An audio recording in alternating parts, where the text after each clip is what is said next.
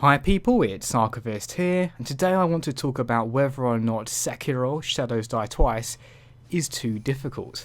And I thought this would be an interesting topic to bring up, as I've been reading some thoughts from other people on the game, and I think what is universally agreed upon, apart from a few outliers, is that the game is good, that it's a quality experience, visually, artistically, narratively, it ticks all the right boxes. But what seems to be interesting to see are a few articles that I've been reading where the difficulty of the game, rather surprisingly, is in some cases being held against it.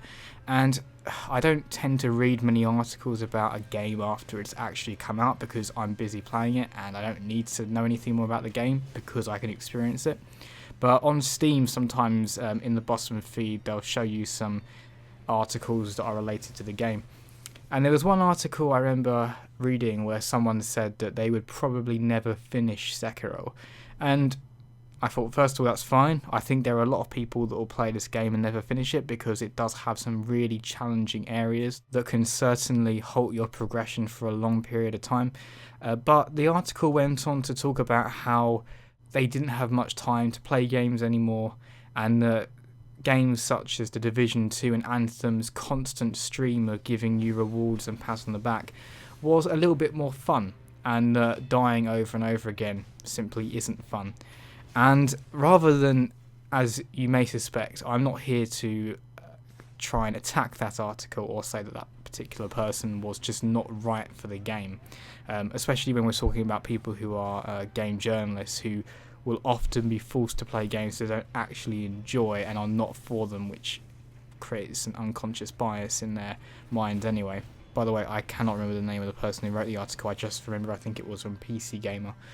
And if you've got the game on Steam, maybe you know what article I'm referring to. But I thought it brought up an interesting point, because I remember when I played Bloodborne for the first time, which was my first Soulsborne experience, and as someone who had never played this series before, I do remember feeling quite frustrated by the game at first. In fact, if anyone's ever played the game, there's a werewolf that attacks you almost immediately. And it kills you, and it's meant to kill you so that you can then go to this dream realm and you can get a gun and then you can come back and kill it. But I thought that the game wanted you to kill it with your bare hands, so I restarted the game and killed it, which was ridiculous. And I went through, because I didn't die, I tried to go through the opening area with no weapons. I just chopped everything, and I thought, well, I've heard these games are really hard, so this is probably what you're meant to do. But that's actually not the reality, and that's what sometimes the knowledge of this series can do to you, is that these games are often hard, of course, but they are usually fair. So, with my experience now, I would assume that the game would not force you to go through an area just trying to karate chop enemies. It was meant to give you a weapon at some point, which I missed. And playing Sekiro, against a lot of the bosses in particular, I found that my initial approach to them could sometimes be one of frustration, where I would encounter them and I would think, how can anyone possibly predict that? Or how can anyone react that quickly? But in reality, it meant my approach was so wrong that I just couldn't see the right one. There's a boss which I don't mind revealing because it was in one of the trailers, called the Corrupted Monk, for example. And this enemy has 3 health bars. The first health bar is pretty tricky. You have to be really strong with your counter game, get the timings just right. And you've got to be able to counter the thrust attack as well in order to massively shoot up the enemy's posture. And then it goes into a second phase and then a third phase. But in the second phase, you can just do it like a traditional fight and yet again repeat it and whittle down the enemy's health. But if you observe the environment, you notice these trees that are around the bridge, and you can zip up onto the trees, jump up, and then stealth attack the enemy from above, instantly clearing that health bar and making the fight far more manageable. And I remember thinking, that is this game in a nutshell, in that sometimes the challenge it can present is not everything. Sometimes there is a way around it, and it is fair. It's not a game that's just trying to be brutally hard for the sake of it. It's a game where, you know, if you look at someone who tries to do speed runs of old games like Sonic the Hedgehog, let's say, in order to do a speed run for, like, Green Hill Zone, as a random example, they would need to make sure that they know the level inside out and know when to react, because they know everything that's coming absolutely perfectly.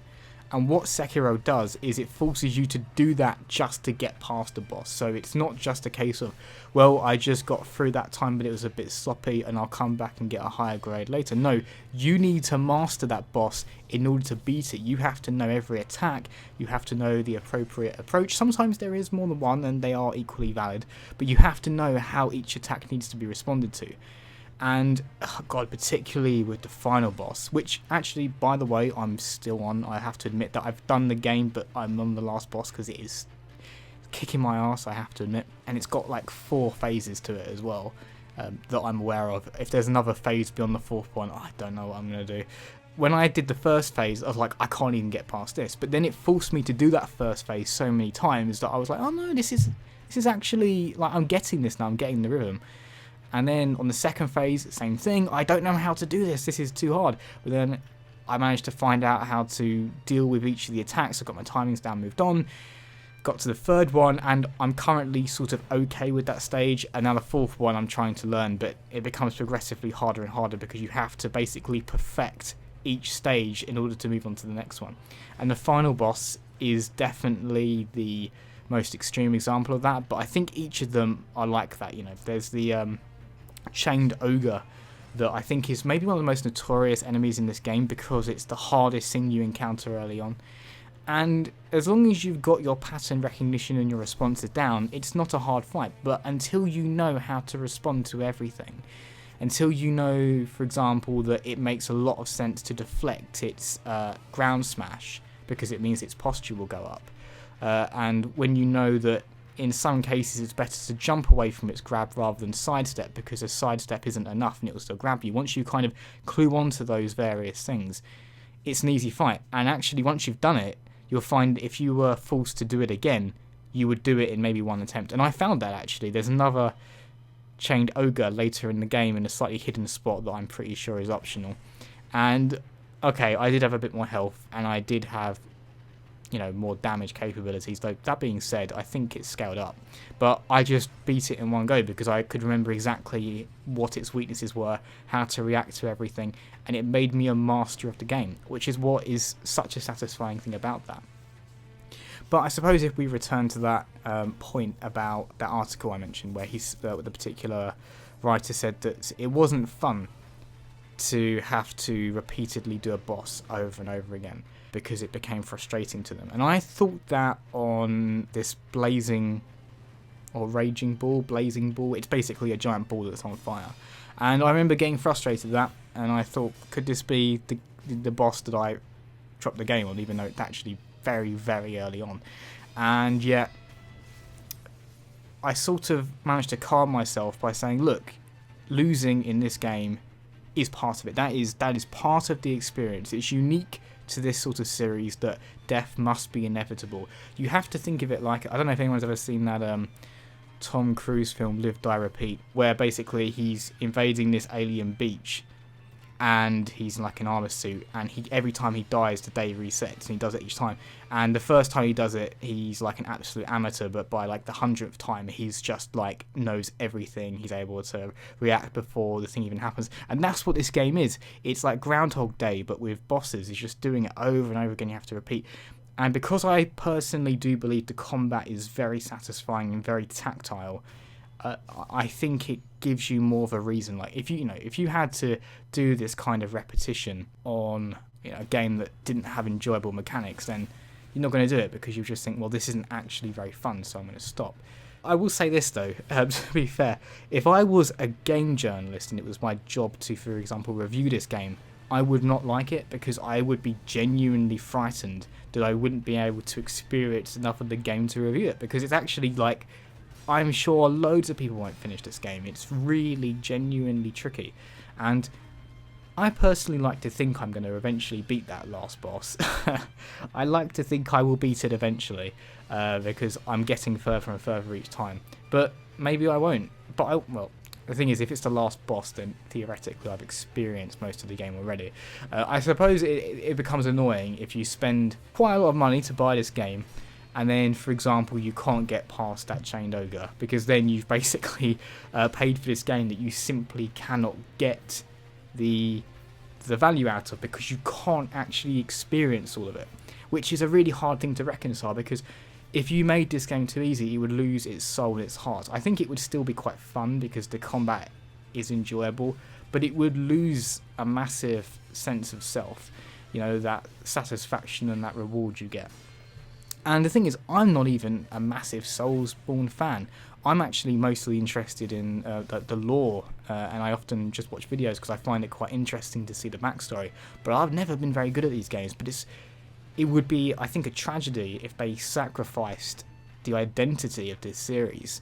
And I don't want to say to people, get good, because why be dismissive like that? What I want to say is, look, you will fail, and you will fail, and you will fail, and you will fail, and no one's watching you keeping count, I guess, unless you're live streaming it or whatever.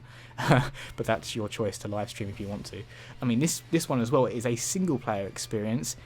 There's no shame in losing over and over again. Okay, there is this dragon rot mechanic, but I say ignore that, because honestly, if you're going to die over and over again, just ignore the dragon rot mechanic. That's what I've learned to do. I don't care about dragon rot anymore. I mean, the amount of times I've attempted that last boss, I think pretty much everyone's dead now, or on the brink of death. You've just got to go in that mentality that failure is okay. And as the wisest people say, you know, we learn more from failure than we do from success. And indeed, sometimes adopting that is good as a life skill, not just in gaming. Like, my job is one that's quite challenging because I'm trying to jump into a development field that I have very little prior experience with. It's a daunting thing, but I have failed many times. But it's learning from where you mucked up before and saying, look, I did it wrong. I need to evolve. I need to change.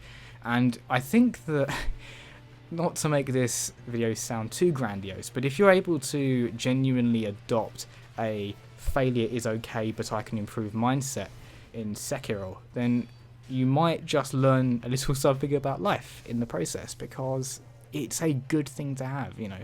Just trying and giving up. I mean, okay, there are exceptions to that. You can't apply that rule to everything, but there are some things that are tricky to do but easily repeatable, and you should take advantage of that ability to do something over and over again.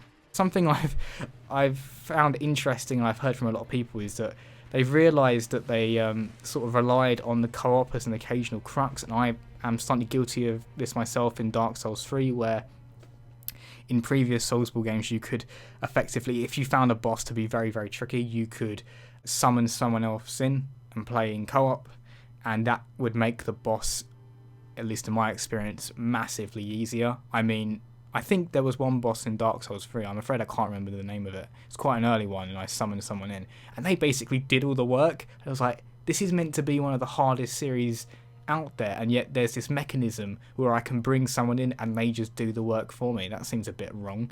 And for that reason, I'm glad that Sekiro doesn't have that, because how can it really be a hardcore experience if you could just say, this is too hard, bring someone else in, because that is having an easy mode switch. And I think that in and of itself takes away a little bit from the challenge that the game presents, because otherwise you don't need to adopt the mentality of, I have failed but I will get better. Instead, you adopt the mentality of, oh well, I tried, I guess I'll just get someone else to come in and we'll make this easier. And you sort of sacrifice all that potential learning and skill that you could have accumulated. I think I said this to Bloodborne at the time, and I think less of it now, but maybe isn't overly wrong, is that I feel as if games that are this challenging should, for unaware buyers, make it somehow highly visible that they are challenging to such a degree. Because although us on the internet, the savvy gamer, we know this series, we know it's tricky, and we can make a purchasing decision based on that. We can say, well, I'm not really up for something this difficult, so I'll leave it, or I am, so I'll take it. Some people are just going to walk into a game store and they're just going to say, it's this game about samurai shinobi, that looks fun. Come home and play it, and I can't actually do it because it's too difficult. You almost feel like there should be some kind of way of being very upfront about that, just so that we can take out of the equation the fact that this game may be closing off content to those who didn't know what they were getting themselves into, to play devil's advocate on that. But on the whole, I really don't think they should even entertain the idea of making this series any more forgiving. Maybe not harsher. I think they've got the difficulty, in my personal opinion, calibrated very well in Sekiro. It feels really on point to me as a gamer. I mean, people will think differently, but that's my personal opinion. And also, you know, it's not necessarily wrong to not complete a game to finish it. I remember back when I was a younger gamer, back in the days of the PS2, and it wasn't a given that you would complete a game. Games back then were often challenging, not necessarily for the right reasons. Sometimes it was just pure cheapness, but it wasn't a given that you would complete a game. Sometimes you just didn't. You played the game, you got a lot out of it, but you would get to that wall and you'd be like, well, I'll keep trying this every now and then, but I just can't get beyond it. But I think at some point developers decided that gamers need to at least be able to finish their game, and so most games are quite, I don't want to say babyish, because you still have challenging experiences, but they will allow you to finish them for everyone. I mean, to make a point of comparison in a completely different genre, but the sort of overall theory is the same, as something like World of Warcraft. World of Warcraft is an MMO where, in its original form, it was very demanding on people, to the point where you would have to invest huge amounts of time with lots of other people in order to progress, whereas over time it's been more accommodating to the more casual player to give them the ability to reach those upper echelons. But the thing was, World of Warcraft didn't shut out less experienced players. It just meant that you couldn't get as far, and gave a more rewarding ceiling to those who were willing to invest more time. But it sort of lost that gradually. And you'd hate for a series like this to go in a similar direction. I think the worst thing they could do to a game like this, in terms of its difficulty philosophy, is to introduce microtransactions. I've probably got a slightly more moderate view to microtransactions in a lot of games. Something like, let's say Devil May Cry, I played that recently, and you can use microtransactions, but it's like totally harmless if you don't, to the point where I'm wondering who would even get them. But in a game like this, it would absolutely ruin it, because, you know, you could be fighting a boss and you could be losing to it, and all of a sudden you have that cynical moment where you think, have they made this boss hard because they want to create a genuine challenge, or have they made it hard because they want me to pay money? And the moment that doubt is introduced, the whole experience will crumble, because it will go from respect that the developers have created something so hardcore to something where it would seem predatory to people who aren't particularly skilled or need some training. So that's the one thing that I can imagine would really sink this series. But yeah, that's just been a general kind of video on my thoughts on Sekiro, as someone who has got to the final boss and is trying their hardest to get past it, but is going through that trial and error process many a time. I mean, I spent hours trying to get past that, until I kind of thought, maybe it's time for my review now, and then I gave it a break and made this video. So as always, people, thanks very much for watching, and see you next time.